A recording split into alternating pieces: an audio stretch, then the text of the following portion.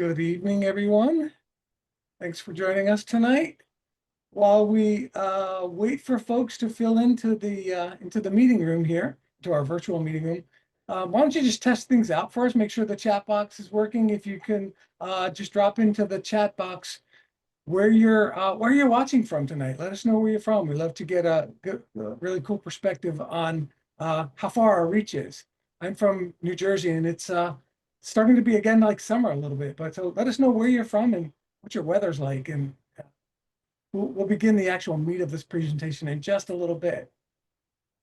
Puerto Rico, welcome from Puerto Rico. Very good to have you. Long Island, welcome, New Yorkers. Good to have you. I know I sound like you. Texas, Washington. Wow, we've got East Coast, we've got West Coast, we've got middle of the country. This is fantastic. Pocono Mountains, one of my favorite vacation destinations. Kingston, Ontario, we're even reaching into Canada. Fantastic. Raynon has an affinity towards Canada, but we'll see in his bio. Summertime in Brooklyn, NY, absolutely. Central Florida, Chicago suburbs. We are covering the entirety of the United States. This is really great. Welcome, everyone. It's good to have you. Looks like we've slowed down a little bit here on people entering. So it looks like we've got a bunch of people. Well, welcome, everyone. It's good to have you here. It's good to do another NAFTA webinar with you. I don't do these frequently enough. If you don't know, my name is Phil Russo. I'm the Executive Director of NAFTA. I'm happy to serve as tonight's MC, Master of Ceremonies, so to speak. Thank you again for joining us. And on behalf of NAFTA, I want to thank Freshpet, our sponsor, for sponsoring this webinar and for making our speaker available to us. Tonight's webinar is entitled Feeding Longevity and the Aging Dog. So again, thank you, Freshpet, for sponsoring this webinar and having Raynon Donadelli with us as our speaker. A couple of housekeeping things before we jump into things. Tonight's webinar will be a maximum of 1 hour. Everyone on the webinar will receive an attendance certificate next week from my colleague, Lori Davin, the person who sent you the link to this email or to this webinar earlier today. So be on the lookout for that email with your attendance certificate. For tonight's webinar, if you have any questions at any point during the webinar, please be sure to put them in the Q&A box, not in the chat box, because a lot of stuff happens in the chat box and it may get lost, as you just saw with where people are coming from.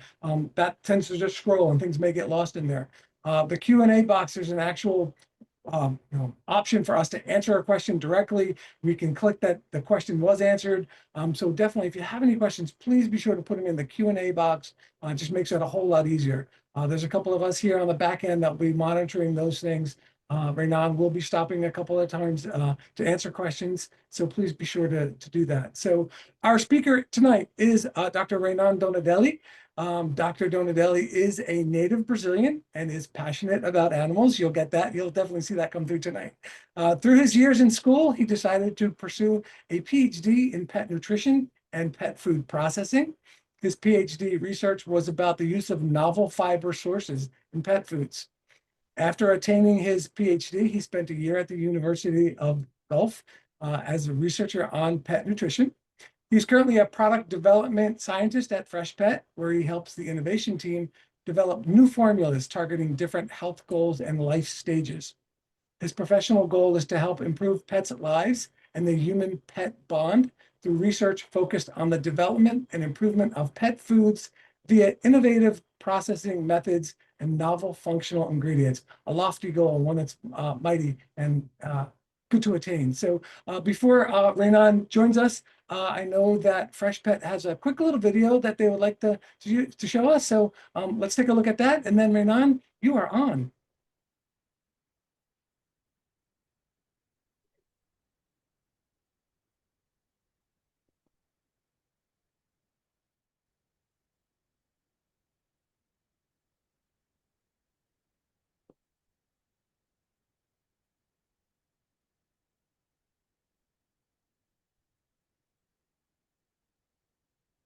Raynon, is there video to this? I'm not hearing any, I mean, audio to this. I'm not hearing audio.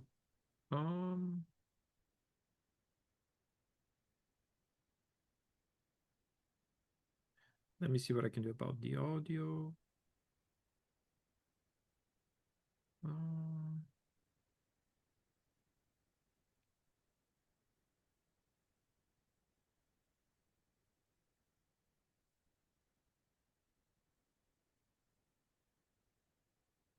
I don't know what I can do about the audio. Hmm. To Okay, is anybody else having this? Yeah, okay, I see a couple comments, video, no audio, right? So we do have at the bottom the subtitles, and it's exactly what they're saying in the Okay, video. all right, you want to keep rolling then? Okay. Okay.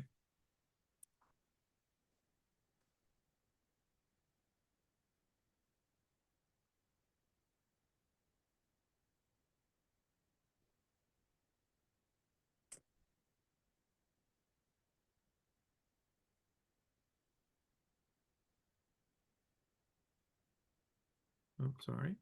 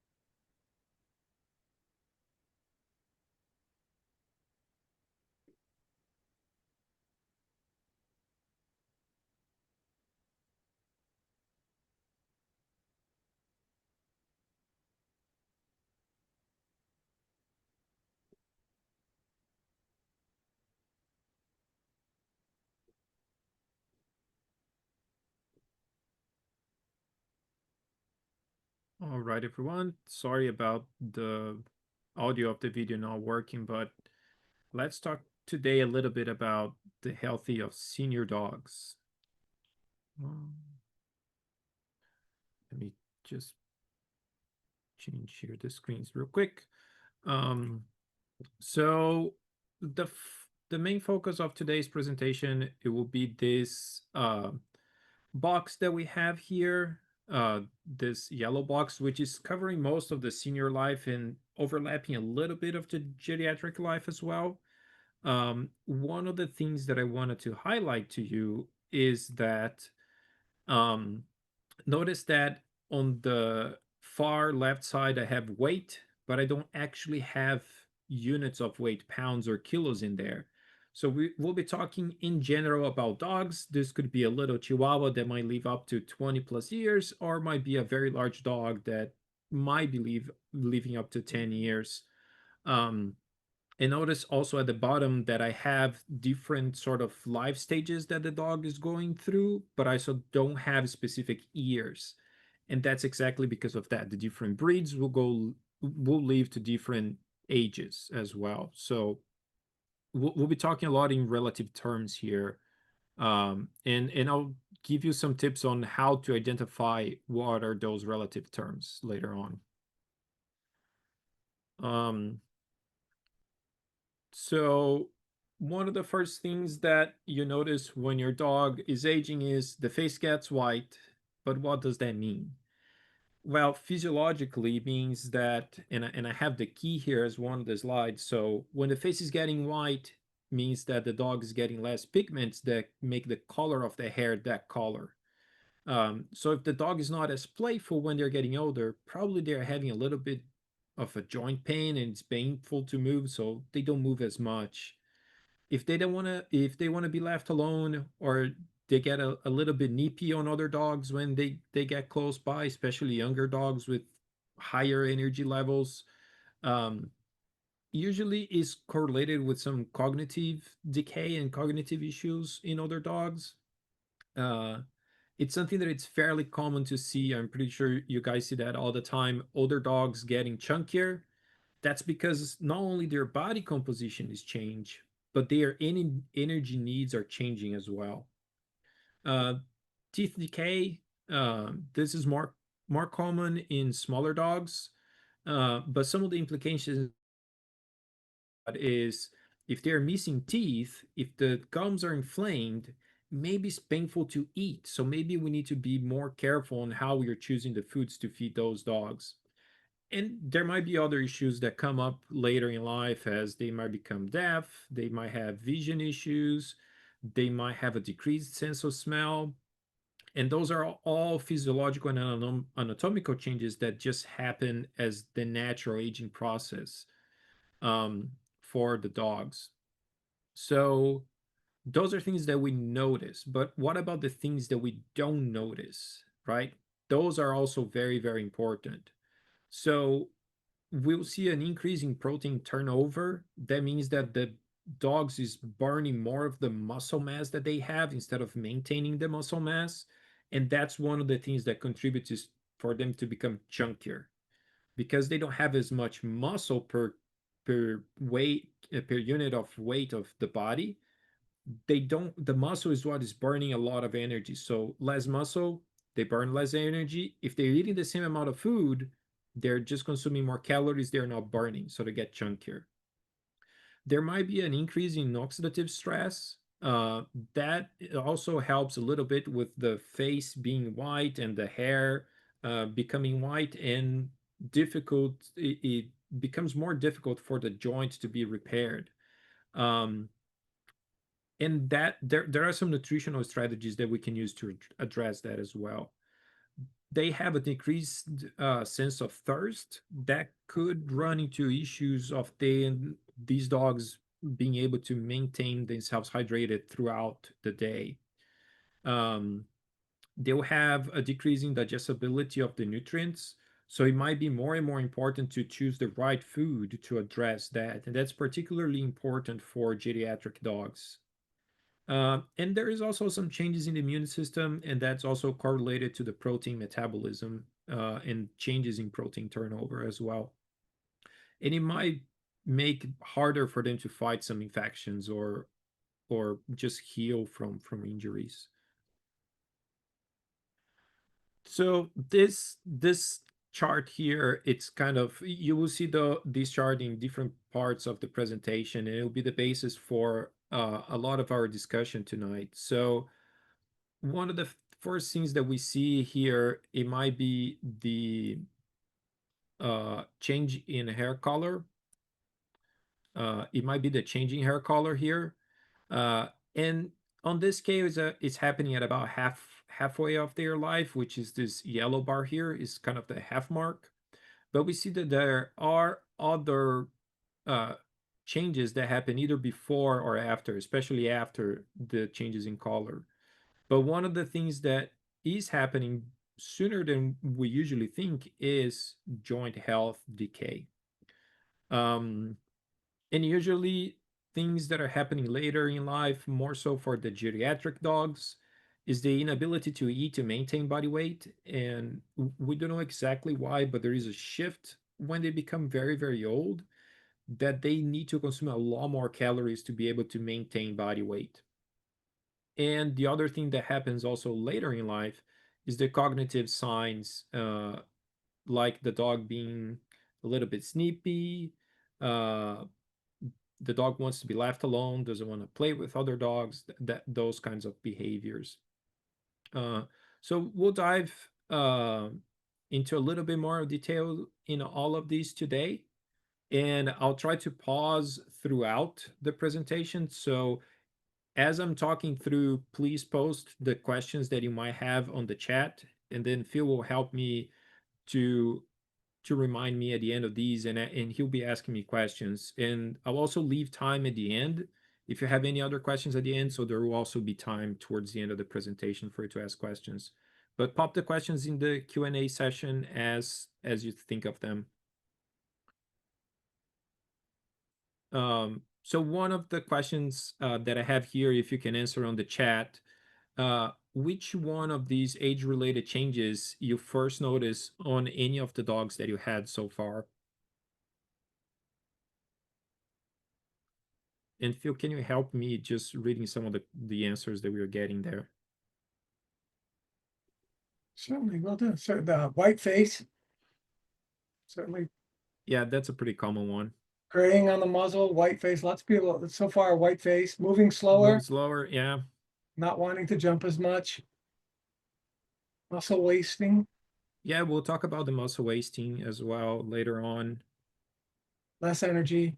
Yeah, that's sort of related to a little bit with mobility as well, the less energy. So, um, what can we do with the food to address all those different things um, that are happening in the body? Can we delay them? Of course, we're not able to prevent them to happen, but can we delay them, or what we can do to make their lives better as those things are happening? So again, just as a reminder for you, we'll be talking a lot about this chart and all those things that are on this chart tonight. Okay. Um, so just before we kind of dive into the science and what is happening, on the top we'll have one of these 5 or 6 topics to talk about. I put here on the side kind of our bar as a reference. The yellow is always kind of halfway through the life, and now I took out the years. So let's think about relative numbers rather than specific numbers on the scale. Okay, so digestibility decrease we see after half of the life expectancy of the dog, and the digestibility decrease is related to the intestine is secreting less enzymes because it's producing less enzymes to digest the food, but also the area of the intestine to absorb those nutrients also decreases. So it's a two things that are happening there. From a food perspective, there is two different things that we can do to address that. The first one is the type of the food, so how the food is made. The second one is the ingredients that make that food. So from an ingredient perspective, not all ingredients are the same, as you can imagine. So I have here different protein sources on the left side, and those bars are these numbers and these bars represent how available are the amino acids in those proteins. So for these types of research that we do, spray dried egg is kind of used as a standard protein, because if you can imagine that inside an egg there is all the protein needed to develop a little chicken. So that's why it's used as a standard protein in these tests.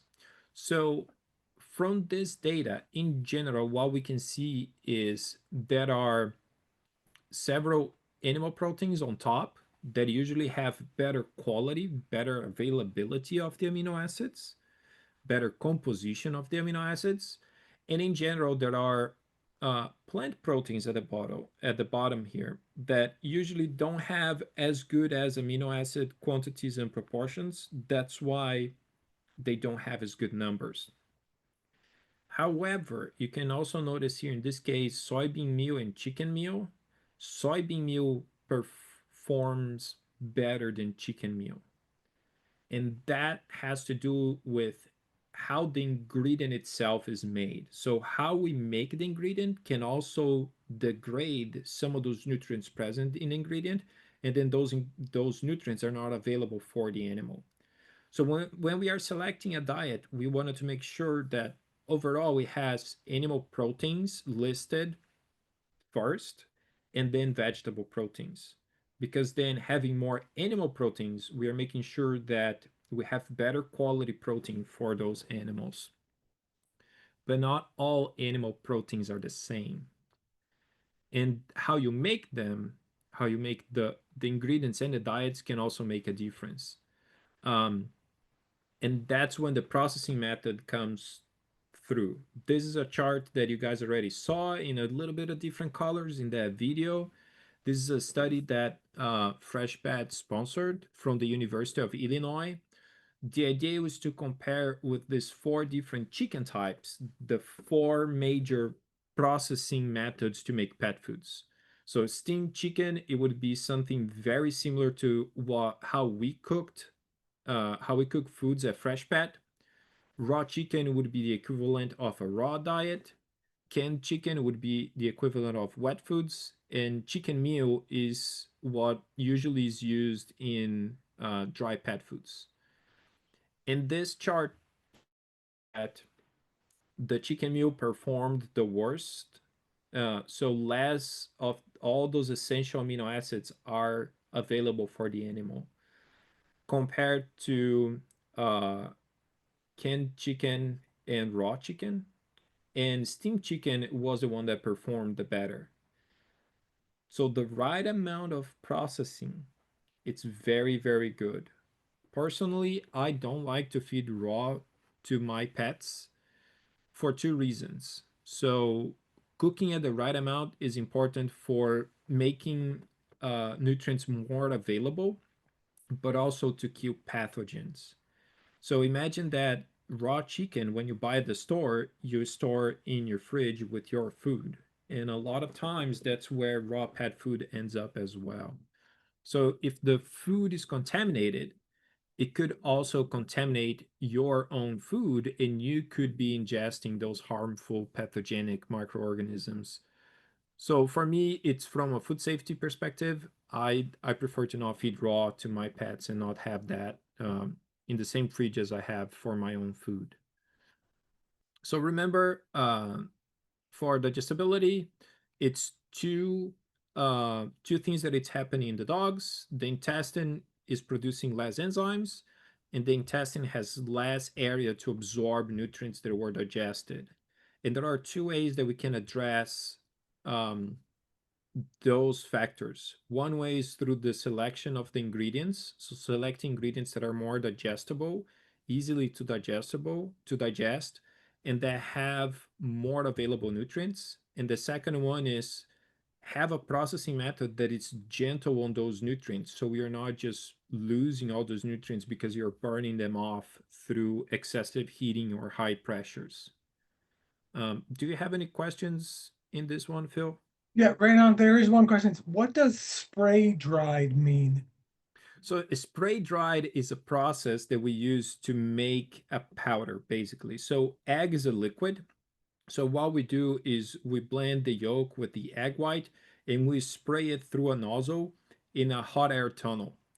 So because those very little fine particles of the egg goes through a hot air tunnel, they dry up really quickly, and we are able to preserve a lot of those nutrients that way as well. Um, so spray dried is just how is the process to okay.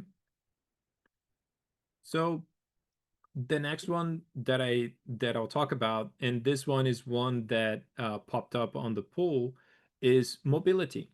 And from the top here, you notice that the half-life is about here on the red dot. So it's something that happens before the half-life. But not necessarily will notice that. Usually we talk a lot about the larger breeds and larger dogs having joint issues, but it's something also very, very common on the small dogs and toy dogs as well. Um, and I want you to imagine that if you have a small dog that jumps on the couch, we have a little Pomeranian here at home, and he's always jumping up and down the couch. The the cushion of the couch is taller than him, so it's about 1.5 to 2 times taller than him. So now imagine him jumping up and down, let's say 10 times a day. We also have a German Shepherd that easily goes on the couch without the needing of jumping. So imagine that the pressure that it's put on the joint of that little Pomeranian is much more than the pressure that it's putting on the German Shepherd when they are jumping up and down, because it's just all the weight of the little dog on those little joints as well. So it is something that happens with little dogs, and not all the time we think about it for the little dogs because it's more of a problem for large dogs, and there is some breed specific things there as well, as you know. So physiologically, as a dog ages, the number of chondrocytes, which are the cells that make the joint tissue, decreases, and they are less effective on regenerating the joint. So through nutrition, what we can do is to add specific nutrients to the diet. So we can add glucosamine and chondroitin, which are the building blocks of the joint matrix, the joint tissue. We can add EPA instead of arachidonic acid. EPA is one of the omega-3 fatty acids. Arachidonic acid is one of the omega-6 fatty acids. And the reason behind that is if we add more omega-3 fatty acids, we can shift the inflammation in the body a little bit, and less inflammation helps to regenerate the joint more easily.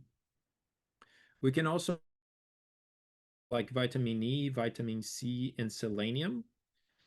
Those also help to decrease inflammation and oxidation in the body, and also overall makes in the body a situation that it's better and easier for them um, for these cells to regenerate some of the joint that it's being damaged. The other thing that we can do is add L-carnitine to the diet, and L-carnitine is involved in fat metabolism, and that ties up with this overall diet that I put here, which is less calories in the diet. So combining the two, L-carnitine and a diet that has less calories, what we can do is decrease the weight of the dog. Less weight equals less pressure on the joints, equals it doesn't hurt as much to move anymore because I don't have to move as much weight anymore. From a diet perspective, decreasing the calories of the diet is usually done through decreasing the amount of fat and increasing the amount of fiber in the diet. However, dogs do respond really well with high fat diets and eating more of that diet because they love to eat fat and have a very fatty diet. And fiber has the opposite. The more fiber, the less they want to know about eating that diet. So usually it's kind of not as effective because it's hard for the pet parents to continue feeding the diet that their dog just won't eat it because it doesn't like it. So adding a little bit of L-carnitine will help with burning more of the fat because the L-carnitine is kind of the shuttle that transports the fat to be burned instead of carbohydrates. Right now, we do have a couple of questions that come in just on a couple of things you've just said. So I want to go through these in reverse order in which they came because that being the most current. So based on what you were just talking about, so the question is, so could diets like this potentially help with things like hip dysplasia or dogs that are healing from orthopedic procedures? So hip dysplasia, no, because of disease, right? So hip dysplasia is not something that we can cure with the diet. What we can do on the hip dysplasia from a diet perspective is maintaining weight under control.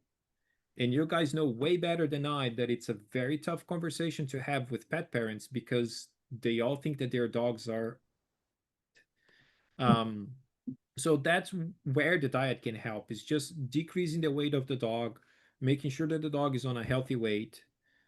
The diet can help if the pet parent can follow through and not overfeed with other stuff, right? But that's how the diet can help.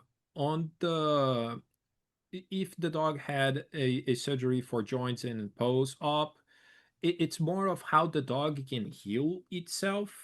But a lot of times what I notice is if the dog eats, the dog gets better. One of the things that we hear a lot from some veterinarians that come to our booth is my dog had cancer. I tried every single diet in the market. The dog would not eat it. But when I fed fresh pet, the dog ate it and bounced back. It still had cancer, but it bounced back. Why is that? Well, if the dog's not eating and now the dog's eating, it's consuming nutrients. So it's able to fight back a little bit better. Um, so I think that's why in those situations, if you have a diet that it's highly digestible with highly very available nutrients and a diet that really drives the pet to eat, it helps them to consume the nutrients that they need to heal and to go through the post-op well. Thank you. Two more questions. First one is in reference to the slide that's up there. I see vitamins E and C and selenium on the list for mobility. What is the impact of vitamin D and on bone joint health? So vitamin D, it's very important for puppies because they're growing, their bones are growing. So we wanted to make sure that we feed them vitamin D to, bring the right amount of calcium to create the structure of the bones. And in a senior dog, vitamin D also helps with bone metabolism, but it's more so controlling the bone itself, not really the joint. So it's more on the calcium metabolism on the bone and making sure that the levels of calcium in the bone and in blood are compatible with its physiologically healthy in healthy dogs rather than helping with the joint itself. Final question right now, at least that's in the list here. In cases where the dog is allergic to chicken, what can help to give nutrition to that dog? So in those cases, you have to go to single source proteins, right? So um, if the dog is allergic to chicken, can you feed a diet that it's beef only, or can you feed a diet that it's kangaroo meat or bison meat or lamb? So in those cases of allergies, that's very tricky, and then that kind of becomes your priority, right? Because the dog has to eat and not be itchy, or there are worse cases of allergies too. So in those cases, it's kind of rank the importance of each one of the things that you want to treat first and take care of first, and that becomes a priority. But I think for pet foods, it's easy enough that the variety of foods that you have today in the market, it's fairly easy to have diets that are single proteins and help a lot with those in those cases of allergies.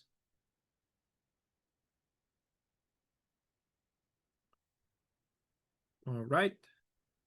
So just to kind of reiterate, the ideal kind of diet to support senior mobility would have glucosamine, chondroitin, and usually some of the pet food companies will report that on the guaranteed analysis on the label, the little table that you have usually on the back of the packaging. They will also have EPA and DHA reported there. Those are indications for you that whoever formulate that diet was thinking about it and knows that that's important. They will have uh, several antioxidants, and those usually they might not be listed on the guaranteed analysis, but if you read on the ingredient list, you will see that on the label. So you will see vitamin E, vitamin C. Uh, it's common for to use some plant extracts as well sometimes, and you also listed there selenium.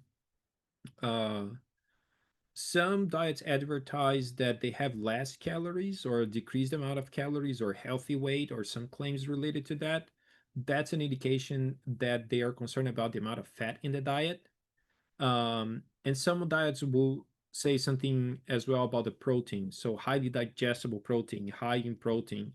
And that's to help to support the lean body mass. So, supporting a strong muscle also helps to support a little bit more of the joints and take some of that pressure from the joints.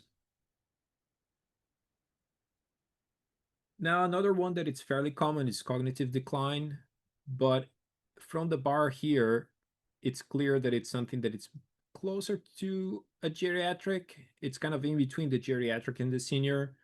Um, but it usually happens because the brain demands so much energy. The energy production generates a lot of oxidation, what we call reactive oxygen species. And there are ways that the diet can help with that by shifting what type of fuel the brain is using to produce energy. So one very common is to use medium chain triglycerides, or, known as MCTs, um, and these are a fuel source that produces much less oxidation than, for example, glucose, which is one of the most common fuel sources for the brain. And then again, it's kind of always important to have antioxidants to help with prevention and fighting a little of that oxidation that it's happening. in the brain specifically, DHA, which is an omega-3 found in fish oil, fish meal, some fatty fish like salmon or tuna. Some algae oils also have a lot of DHA. So if you see those ingredients in the diet is rich in DHA and can help support a little bit more of their brain health. DHA is very important for the neurons and the membrane in the neurons and how fast the neurons can fire and transmit information. So having a source of DHA to help the neurons, having alternative fuel sources and have the antioxidants will help kind of overall to put the brain in a better position nutritionally to fight this aging natural decline. Any questions on that? None Okay. so far. Okay, we'll keep moving then. Um, Another one that it's very, very common, and I think some of you guys also commented on that, is the changing lean body mass. And usually it's seeing your dog and it's like a 4 or a 5 body condition score, and suddenly starts to become a 6, 6.5, a 7, or maybe even higher. That's because as they age, there is a shift on how much energy they need, and that decrease could be 20 to 40%, depending on the reference there. And I put the two references for you guys. So they need less energy. But if we continue feeding the same amount, of course they'll gain weight. So what we can do is we can decrease the calories of the diet. And there is a few ways that we can do that. We already spoke about decreasing the fat, increasing the fiber. Um, but that has some challenges on the palatability and how well the dog will be consuming the diet because it just doesn't taste as good. Another strategy, dogs do like watery foods. So adding water to the diet, it's something that drives them to eat more of the food. Um, or you can feed foods that are naturally high in water, like canned foods or fresh foods as well.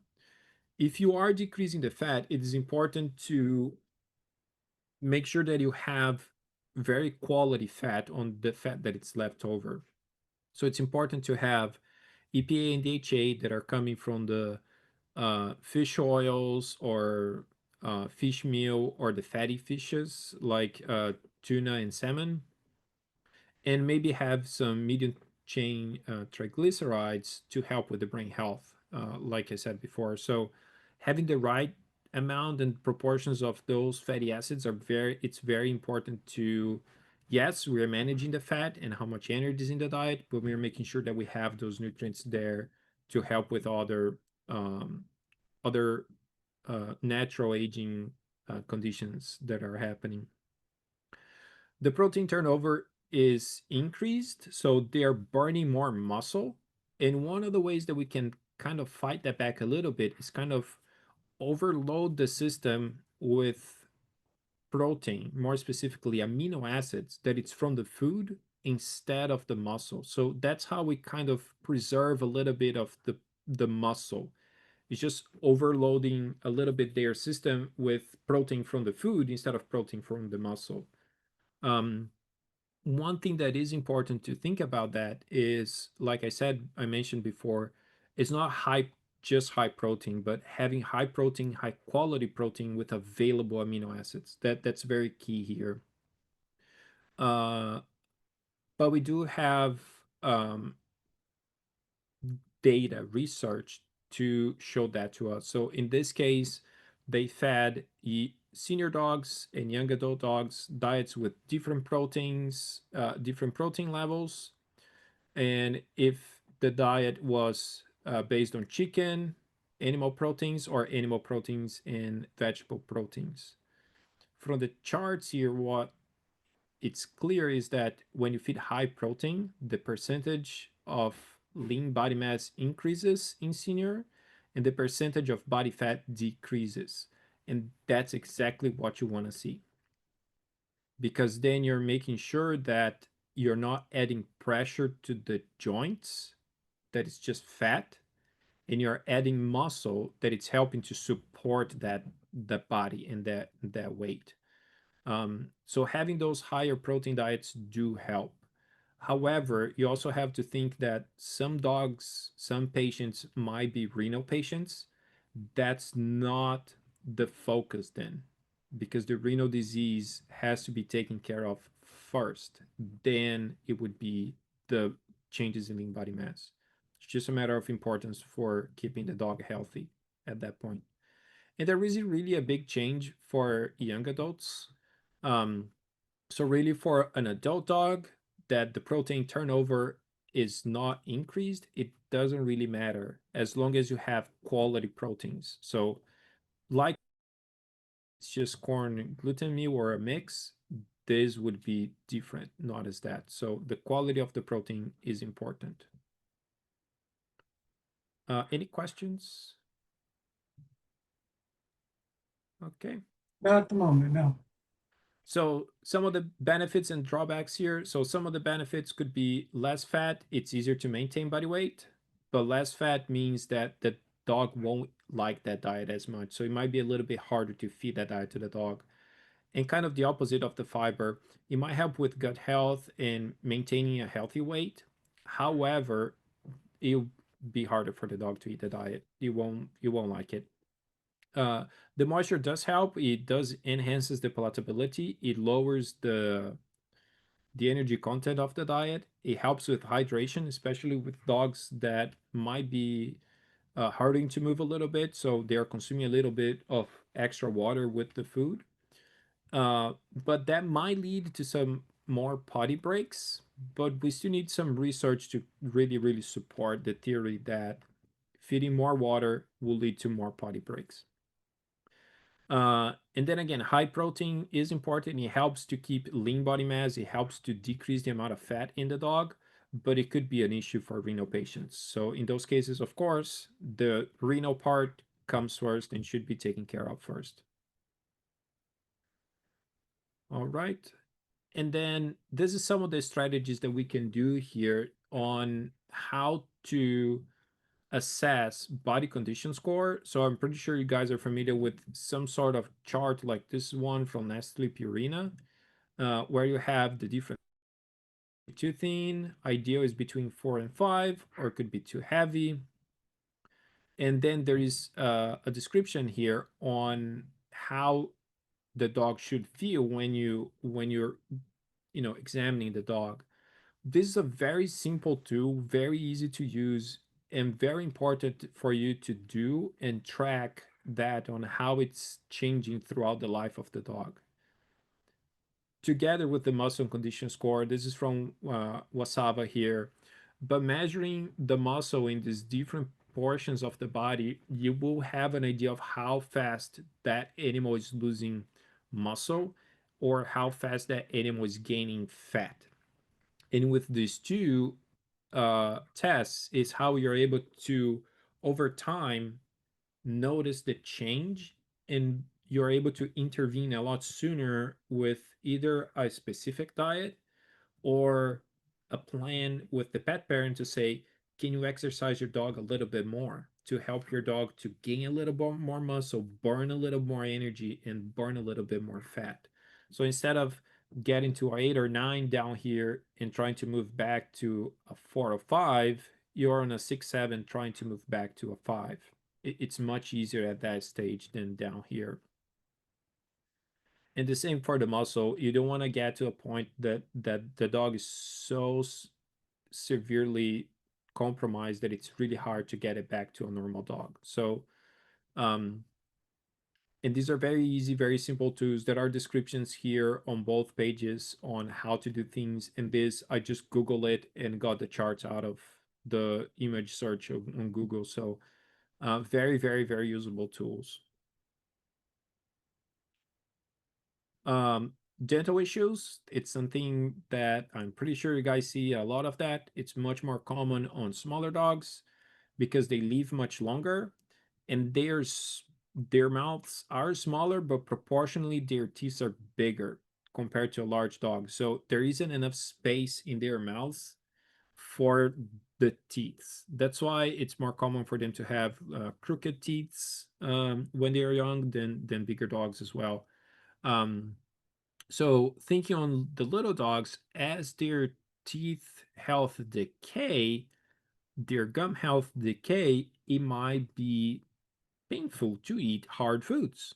So it might be beneficial either to warm up the foods in with hot water and let it soak a little bit to make the kibble soft, or switch altogether to a diet that it's just softer and easy to chew, easy to eat, which is fairly common um, to happen when that happens. Usually, also they are pickier eaters than bigger dogs. So switching to a diet that it's more palatable will help them to consume a nutritious food that will help them to bounce back a little bit. Um, any questions so far? Nothing so far now. Okay. So the next one that might happen with some dogs is the decreased sense of thirst. Those are just some physiological changes that happen with their actual sense of thirst. And this research here, what they did is they fed the dogs dry food and wet food, and then they just recorded how much water did the dog drink and how much water did the dog pee. Um, so basically, from this research, what was noted was when the food is high in moisture, the dog is drinking very little water, which is this green here, and it's eating a lot of water with the food because the food has high moisture. When it's feeding dry food, it's the other way around. The dog is drinking a lot of water and eating a lot of water, which is expected. The dog is not eating as much water with the food, so the dog is drinking more water. However, there is a 40% increase here in total water intake, comparing the total water drank plus the water with the food, and here the water drank plus the food. However, there wasn't really a difference here on the amount of pee from the dogs in this study, preliminary study. So there is an indication here that feeding high moisture diets might help to keep dogs hydrated and to, especially when they might have some joint issues and it's hurtful to move around. So feeding high moisture diets is just one trip less that they might have to do to the water bowl, and that might help them to keep them hydrated and consuming water as well. Water a lot of times is not thought as a nutrient, but it's one of the most important nutrients. I can guarantee you the dog can go longer without food than without water without having problems. So certainly it does help dogs, especially older dogs, geriatric dogs that are not consuming as much water, to feed them a high moisture food and highly digestible food as well. So I'll talk real quick about the geriatric dogs here, which is kind of a senior dog on steroids. So everything that we have been talking about is just even more important, right? And the main thing for geriatric dogs here on the top is maintaining body weight. So half mark, and when this starts to happen, so it's towards the end of the dog's life. So really they might not have all the teeth, so it might hurt to eat. Their intestine is not digesting food as much or absorbing, so having highly digestible, highly bioavailable nutrients in the diet is key. High quality of the fats and the fatty acids to bring those fatty acids that are important, to bring those vitamins, to bring those minerals. Super important to maintain them healthy at that stage of their life. And the water intake, like we just talked about it. Um, so really, really, really, it's just even more important, all those nutrients that we talked about. Um, So the next poll question here, if you can pop real quick on the chat, which one of those nutrition strategies that we talked about was new to you?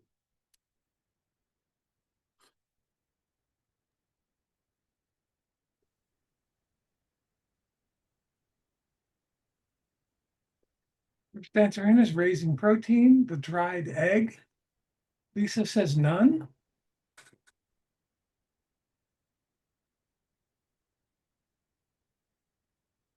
All right. So again, the same chart. I told you guys that we would be seeing this over and over again.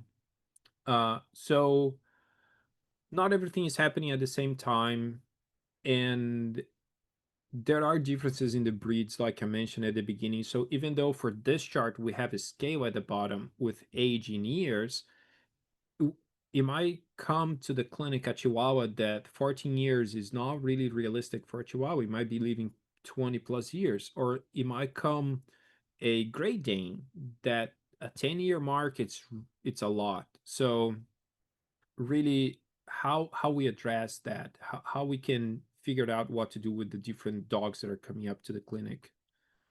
Um, so for the mobility, for example, uh, the first thing is knowing the history of the dog, and that's something that you guys mentioned on that. So is there a breed predisposition? We know that certain breeds are more prone to certain joint disease than others. So it might be better to do an intervention earlier to manage weight, for example. Was there any previous history of joint injuries? So someone asked a question about what about surgery in the joints and how we help to repair that joint. Well, if the joint was already damaged, maybe when even though we try to repair, it's not fully repaired. So we need to take that into account. Was the dog always overweight or obese? That's extra weight, extra pressure, extra um, inflammation, and that just degrades the joint more. How was the lifestyle of the dog? How was the exercise routine? Was the dog well exercised and has a healthy weight, healthy amount of muscle, or was the dog exercised too much and that impact badly the joints? Um, and overall, how is the joint health currently? Is it painful to move or not? So one of the toughest conversations that you might have with the clients is keeping the weight of the dog under control. And compliance might be very, very, very difficult. I remember having that conversation with my mom that she had a score 9 Dalmatian. And I told her, you gotta keep this dog weight under control.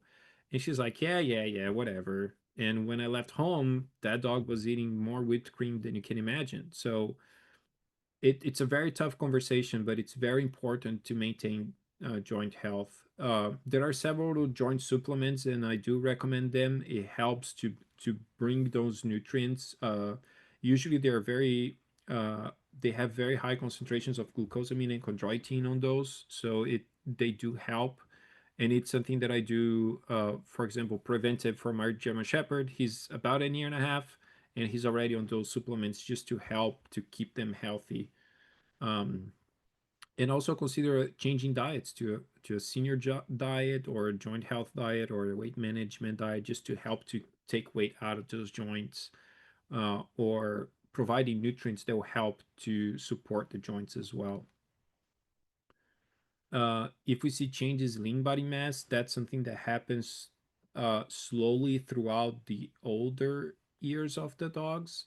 So doing body condition score, doing muscle condition score, and keeping track of that, you start having a record of is it changing and how it's changing, how fast it's changing.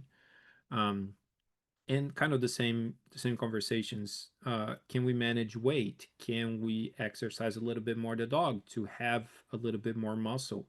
Can we change the diet to a diet that has higher protein? Is that okay? Does the dog has any kidney issues? If it does, maybe that's not the best approach, but if it doesn't, that it's a very valid approach as well. Dental issues, the way that we can see some of those changes is there any change in the feeding routine or the feeding habits of the dog? So if the dog was always excited about the food and would eat the food right away, now the dog's not doing that anymore. It kind of walks up to the bowl, eats a little bit, walks out, comes back, or looks at the bowl, looks at you. There might be some indication that something is wrong, and it could be that it's just painful to eat. The dog's not eating as quick. The dog used to chew the food and now it's not chewing, not eating. Um, is not finishing the food right away, is eating throughout the day. So those are some indications that it might be painful to eat. So it might need to extract teeth, but also it might need a food that it's softer and easy to chew, that it's not painful to eat. Um, so just to kind of wrap up everything, not everything is changing at the same time. We have to consider the different breeds and how fast they age, even within the same breed. A German Shepherd could have, 45, 50 pounds, but it could also have 100 plus pounds. Yes, it's a German Shepherd, but it's not the same dog. So not all dogs are the same. You guys know the history of the dogs. That's key for you on what's the best strategy to take for that specific dog. Um, there are different nutritional strategies that you can use, and more often than not, the senior diets will have multiple of them combined.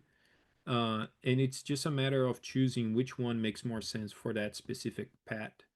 Always keep a good patient history. Two very simple tests that I showed to you guys is the body condition score and the muscle condition score. It really takes no time to do those, especially once you're used to doing it all the time. And really quick, you can get a number that helps you later on once you put, oh, this year was this, next year was like that, and you have the history, you start seeing how fast that's evolving or not, and what intervention would be better for that. But overall, for a senior diet, we should have high protein, low fat, have the right fats, so the EPA, the DHA, and the MCTs. It should support mobility, support cognition. It should have a softer texture, should be rich in antioxidants, and should be highly digestible with highly bioavailable nutrients. And uh, thank you, and I'll take any questions that you have. Sure. Right on, Hannah just put in there a specific question about what about diets that are prescription, like urinary health, SO? So in those cases, that comes before the senior dog, right? So prescription diets or therapeutic diets, they're treating a disease. So whenever you're treating a disease, that's kind of higher priority making than just making sure that it's having a healthier life towards the end, right? So those are the things that you kind of sometimes you have to rank the importance of what you're treating, and certain things are just more important and more urgent that you have to take care of that first, then you can address the other ones. So for example, if a dog has it's an older dog and it has kidney issues, maybe you're not able to feed higher proteins, so you might not able to address a decrease in lean body mass, but you can feed fatty acids, the right fatty acids, and that might help with mobility, that might help with cognition, that might help with inflammation. So that's helping with other things. So maybe you're not able to address everything that it's helping with the dog, but you're able to address certain things based on that pre-existing condition that you have in that specific dog. Thank you. That's the only question we have right now in the Q&A box. Renan, how can our members get in touch with you if they have questions or want more information? Is there a contact information aside from just looking you up on LinkedIn and connecting with you? Through my FreshPet email, so it's donadelli at freshpet.com. It's one of the easiest ways to reach out to me. So if you don't have the right time to to do that and you forgot about it, you forgot about my email, you forgot about my name, if you go on the FreshPet website, our consumer care team is very big and very active. So if you send a question to them, they'll forward to me and I'll be able to answer you as well. So just go on freshpet.com, find the contact us link, and just send them a question. Fantastic. Thank you. Appreciate that. Thank you again, Brandon, for sharing your expertise with us today. I love it when we get the really good speakers at NAFTA who really know what they're talking about and they just deliver so well. And thank you. You absolutely delivered tonight. So appreciate that. Appreciate the passion and sharing your expertise with our members. Thank you.